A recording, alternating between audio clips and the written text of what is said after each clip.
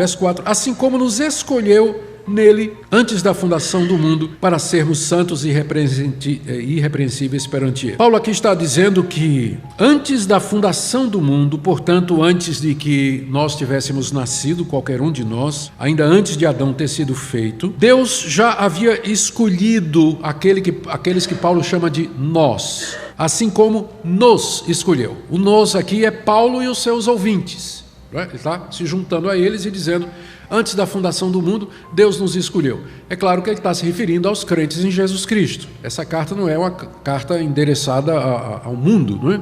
Mas é endereçada à comunidade dos crentes. Então Deus nos elegeu, ele se refere aos cristãos que têm fé verdadeira em Cristo Jesus, segundo Paulo, antes da fundação do mundo. Ou seja, essa é uma expressão para dizer que quando Deus fez essa escolha, não houve nenhuma participação humana, porque nem mundo havia. Então, a escolha ela não está dependente de nada que provenha do homem. Tipo assim, Deus viu quem ia ser salvo, Deus viu quem ia aceitar, Deus viu quem merecia, ou Deus viu isso ou aquilo. A maneira como Paulo está escrevendo aqui exclui qualquer condição humana no processo de escolha. Deus escolheu antes da fundação do mundo, quer dizer, sem qualquer participação da raça humana, com mérito ou antevisão de escolha, antevisão de qualquer negócio. Ele separa isso, para poder dizer que é para a glória dele no final.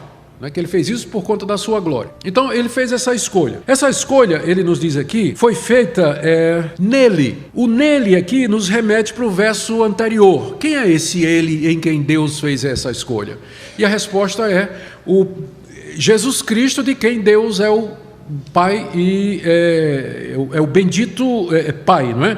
Bendito Deus e Pai de nosso Senhor Jesus Cristo. Deus nos escolheu nele, desse que é o Filho de Deus, Jesus Cristo. O que a gente vai perceber, Paulo faz com constância aqui. Toda vez que ele vai dizer que Deus fez alguma coisa por nós, ele vai dizer que foi em Cristo, nele, por meio dele, com isso mostrando que o relacionamento de Deus, o relacionamento salvador de Deus para com a humanidade, sempre é mediado pela pessoa do Filho. Toda e qualquer redenção, qualquer manifestação salvadora é mediante Jesus Cristo. A parte de Cristo, só encontramos a ira de Deus e a sua condenação. Mas é na face de Cristo que nós vemos a misericórdia de Deus e o seu perdão e o seu amor. A escolha foi feita em Cristo, nosso representante, o representante desses que Deus escolheu. Não foi com base em mérito, não foi com nada previsto nosso, mas nele, em Cristo Jesus. E Paulo diz ainda qual foi o objetivo dessa escolha.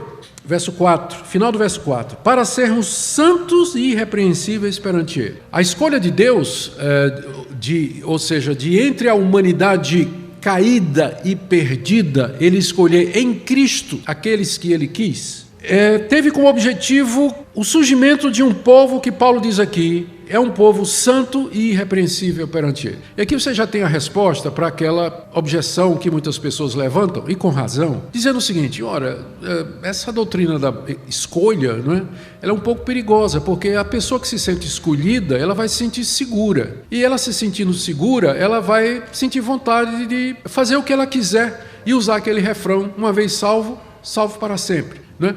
E então, se Deus me escolheu, eu posso viver de qualquer maneira, porque já que Deus me escolheu, eu vou ser salvo, ainda que eu viva uma vida corrompida.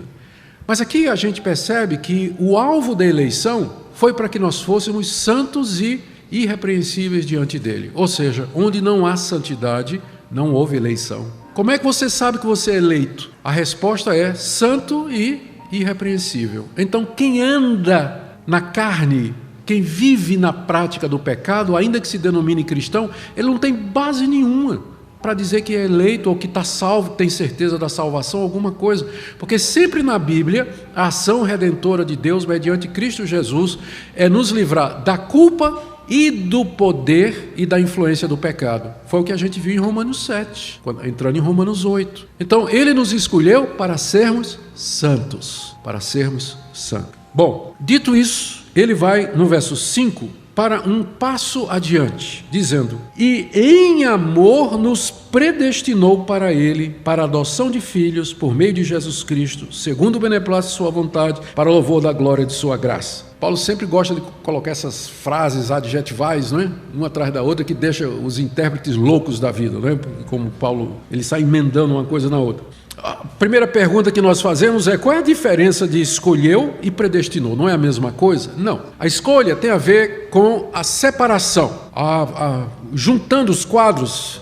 Num certo sentido, o capítulo 2 de Efésios deveria ser lido primeiro do que o capítulo 1, porque aqui ele fala da queda e da depravação do homem, para depois teria que falar da escolha. Mas a perspectiva é que Deus olha a humanidade caída em suas ofensas e pecados, e de entre a humanidade caída, Deus escolhe aqueles que Ele quis para a redenção. Então, a escolha tem a ver com o ato de Deus dizer: esses aqui e não esses aqui. O critério de Deus para ser A, B e C e não D e F não nos é revelado. Nós não sabemos. Por que esses e não aqueles? Não é dito na Bíblia e, portanto, nós não podemos entrar nesses desideratos de Deus, porque não faz parte dos desígnios dele que não estão revelados. Não sei, ninguém sabe a resposta para isso.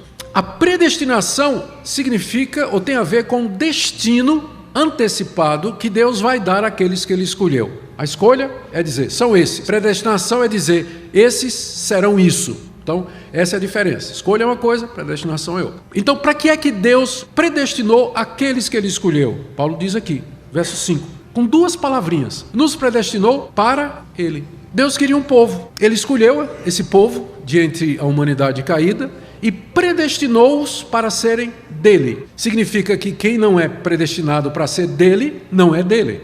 E porque não é dele, não herdará e não receberá dele, a não ser aquilo que a justiça de Deus impõe, que é a condenação. Então foram predestinados para serem de Deus. Simples assim, diz Paulo. Aí ele acrescenta, explica: para a adoção de filhos. Com isso dizendo que não é a humanidade toda que é filha de Deus. Porque se a humanidade toda fosse filho de Deus, filhos já seriam.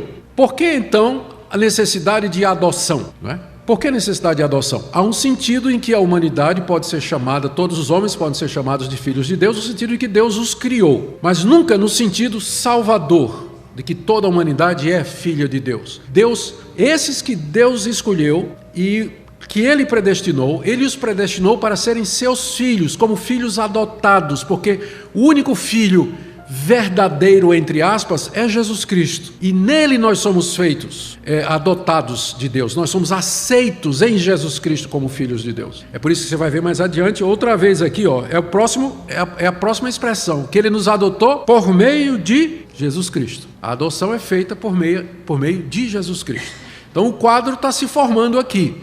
Antes que mundo houvesse, Deus escolheu aqueles que Ele quis e os predestinou para serem seus filhos, um povo peculiar, um povo santo. Nós estamos falando da igreja verdadeira, aquela igreja invisível composta de todos os salvos, desde Adão até o dia de hoje, que só Deus conhece. Então é desses que nós estamos falando. Esse conceito, ele nasce na mente de Deus na eternidade, antes que o mundo existisse. E é a origem da igreja. A igreja, portanto, ela tem essa origem que é o desejo de Deus, a vontade de Deus. Ainda no verso 5, olha o que Paulo diz no final. Eu vou ler o verso para dar a força toda do que Paulo diz. Nos predestinou para Ele, para a adoção de filhos, por meio de Jesus Cristo, segundo o beneplácito de sua vontade. Em português, essa frase quer dizer segundo o bom prazer da sua vontade. Os nossos tradutores botaram um beneplácito aí, que é uma palavra meio difícil, não é muito comum, mas significa simplesmente o bom prazer, o bom querer. Ou seja, Deus predestinou porque Ele quis. Ele sentiu prazer em fazer isso. Foi o bom prazer da sua vontade que o levou a adotar aqueles que Ele quis, que Ele tinha escolhido de entre a raça humana. Por que é que Ele fez isso? Paulo antecipa a resposta no verso 6. Para louvor da glória de sua graça. Por que Deus predestinou escolheu estes, predestinou-os para serem seus? Com que objetivo Deus fez isso? A resposta é que Ele fez isso para o louvor da sua glória. Ou, pegando a expressão de Paulo, para louvor da glória de sua graça. E essa expressão quer dizer que a sua graça é gloriosa e que ela será louvada por aqueles que Ele escolheu e predestinou eternidade afora. Ou seja, Deus fez esse povo para que fosse para o seu louvor e para a exaltação das suas virtudes e dos seus atributos eternidade afora. Espera aí, pastor, isso é muito egoísta. Como é que um Deus cria uma raça, escolhe alguns entre ela para o louvor da sua glória, deixa o resto morrer e perecer nos seus pecados só porque ele quer ser louvado e reconhecido? Exatamente. O nosso raciocínio, quando a gente levanta esse ponto, ele parte da nossa perspectiva humana. Se eu fizer alguma coisa para me promover ou para o louvor da minha glória, Augustus, é pecaminoso, porque eu não sou melhor do que vocês são os meus semelhantes, nós somos todos iguais. Então eu não tenho como eu me sobrepujar a vocês. Então é indigno, egoísta da minha parte, tentar buscar a minha glória acima de vocês. Mas Deus é único, não tem ninguém acima dele, não tem ninguém igual a ele. Ele só pode fazer as coisas para o louvor da sua glória. Essa é a motivação do Deus Santíssimo, único, eterno. Não há outro motivo, e por isso não é egoísmo de Deus ou narcisismo de Deus, egocentrismo de Deus, mas é a expressão de quem Ele é. Ele é Deus, não tem ninguém igual a Ele ou superior a Ele. Ele sempre faz todas as coisas para o louvor da sua glória, inclusive a criação da humanidade e o desenvolvimento e o surgimento da igreja, como o texto nos diz aqui.